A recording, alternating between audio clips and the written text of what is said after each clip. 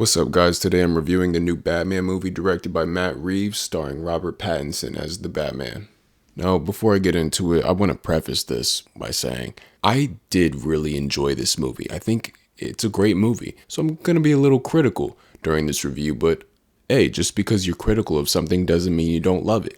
I love Batman, and I care enough to be nitpicky about it and critique it, so there you go. In this movie, we're given a Batman who's sort of still fresh on the scene, being only 2 years into the business of being a crime-fighting, ass-eating vigilante. And this really is the first time where I've seen Batman actually be intimidating and scary through his intensity, his use of the element of fear, the darkness, his unpredictability, all tie in so well to this new adaptation of Batman, and I love to see it. Now, we can actually see why people are afraid of this man out in the streets of Gotham. I mean, Batman was absolutely ruthless in this movie. Robert Pattinson and the writers behind it all did an excellent job of bringing this character to life as both Batman and Bruce Wayne. This was definitely the most Batman I've seen on screen yet.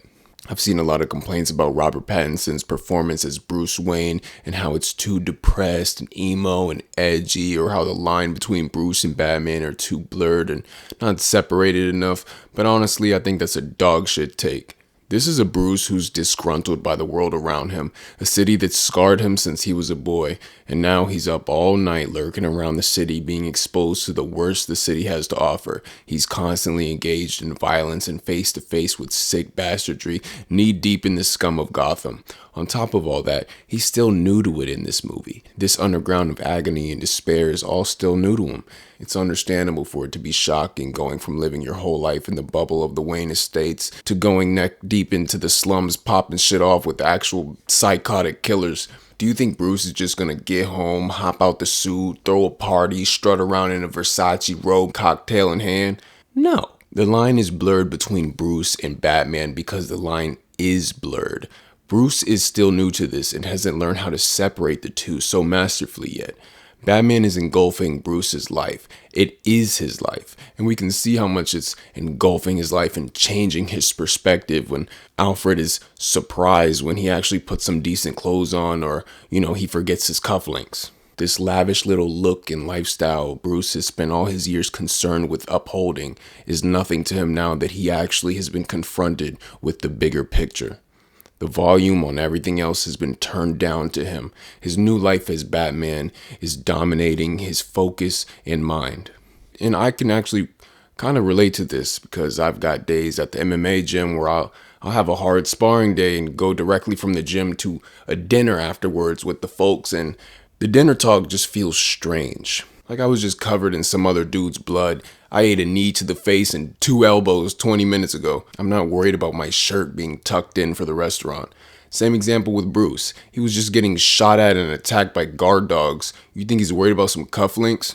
And overall, when your mind ventures off to a dark place, sometimes it's hard to bring it back into the light, especially when the trip to and from is still so new. That's just my little quick character analysis on Bruce, but now for the rest of the movie. For the setting. I love the way they painted the picture of Gotham City in this movie. I loved the morbidity of it all, the use of colors, the grittiness. It really felt like a city that was truly alive and festering with something sinister. The villains fell a little flat to me. The role Penguin played was surprisingly fucking meaningless, and they have this long-ass car chase where Batman kills a whole interstate's worth of people in traffic just for him to get to the Penguin and clear up a misunderstanding of the Spanish language. And also, the car chase scene was decent. It was kind of generic to me. I mean, it kind of just looked like literally every car chase scene from every movie with the car chase scene in it. I think everybody who's raving on and on about it, I think they're reaching, or maybe they haven't seen a movie like Mad Max Fury Road or something, because it really was nothing to go right home about. And also the upside down scene where Batman approaches the car it was pretty cool. I don't think it was this masterfully done cinematic masterpiece moment. It was just like an upside down car angle, him approaching the car, that it looked pretty cool. I just think people are looking a little bit too deep into this shit, but it was cool. But then it was followed up by him like leaning down and peeking into the car, which was honestly just fucking hilarious and kind of cringy because it lasted so awkwardly long and it was just unnecessary. And I've seen a lot of people agree with this as well, about how that scene was pretty awkward. Now for Falcone. Falcone was as generic a movie villain as it gets, honestly. He really left no impression on me whatsoever. The Riddler, played by Paul Dano, who is an amazing actor. I loved his role in the movie Prisoners. I think he did amazing in that movie. I feel he was pretty good in this movie, you know? Or let me reframe. I think he did the best with what he had to work with. I actually quite liked the dramatic way he spoke in the movie, the way he pronounced his words, and made him a little standout and unique, unlike a character like Falcone, who really had zero standout or unique qualities or traits whatsoever. I'm gonna be honest, it's crazy to come off the Christopher Nolan trilogy where the villains completely stole the show from Batman and dominated the movies, to this adaptation where Batman is really the one who's the star of the show. And I don't mind Batman overshadowing the villains a bit, especially since this movie was our introduction to this new Batman. But I feel in this movie, the villains didn't quite stack up to Batman enough at all. They honestly really left no impression on me, really. I think when Batman is scarier than the actual villains of the movie, there's an issue there. And I think a reason for this also may have been because since the Riddler was killing corrupt, bad people, be it whether it was in a brutal and sadistic manner or not, he was still killing bad people. If he was out here slaughtering innocent people, I think it would have left a bigger impression on me since his malevolence would have been so compelling. But it really felt like he was just doing good, but in an ethically bad way. Now for Catwoman. Catwoman was a pretty cool character. I actually liked her little plot twist, but the constant, "I can handle myself, babe," then proceeding to get her ass beat and immediately needing help from Batman was a bit dumb. Either make her a strong, independent woman character or don't. And either way, whenever your strong, independent woman character has to constantly assert that they're the strong, independent woman character, then somebody is doing something wrong in the writing department. How about write her to be a strong, independent person rather than write her to say she's a strong, independent person? And I say person instead of woman because I feel like to truly write a good female character, you're not constantly highlighting the fact that she's female. Just write a good character. Oh, and her little white privilege line felt really forced and came out of fucking nowhere. On top of it all, she said it to Batman. Literally Bruce fucking Wayne. The peak of privilege and also a white guy. This dude's the poster boy of white privilege. And then, spoiler alert, 3, 2, 1. Okay, you were warned. And then she kissed him. It was such a random and stupid line, honestly. It's like they were just trying to score some points for Twitter by slipping that dumb shit in there. Anyways, moving on. Next, I want to touch on the plot armor. I get it's a DC movie, so they're not just going to be killing motherfuckers left and right like Game of Thrones. But action scenes feel so flat and pack no real punch when you know that none of the people you like's lives are actually at stake. I'm not going to delve too deep into this because of spoilers, but this really just annoyed me a bit. I'll say it really results in this movie being predictable. I mean, I knew the outcome of every action sequence in this movie before it even began. So I don't know. And when you're dealing with a character like Batman, whose name is the name of the movie, we all know Batman, he can't die. He's not going to die.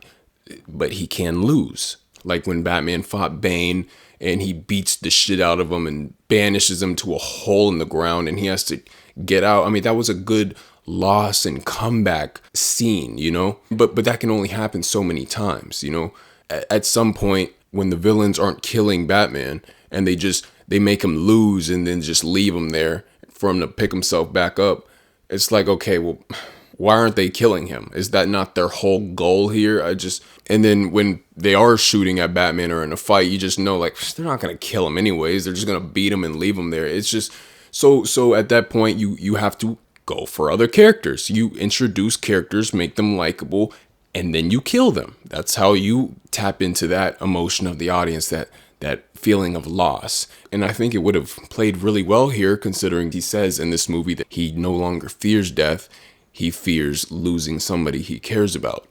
So I just feel like there was a missed opportunity in this movie. I mean, none of the characters really even felt at risk fully. I mean, you had somebody, I won't say who, gets shot, and then of course they don't die. And then, yeah, it felt a little weird. It just felt like none of the good characters in this movie were ever really at stake. Unlike the Christopher Nolan trilogy where it was like, oh shit, any of these motherfuckers might die at any point. What the hell? Like you felt true danger in the water when you watch those movies compared to this. And my last little issue is the mayor. This is a tiny little issue, but man, this shit was just stupid. Why was the mayor a goddamn college kid? Jayme Lawson played the mayor. Yo, she's like 24.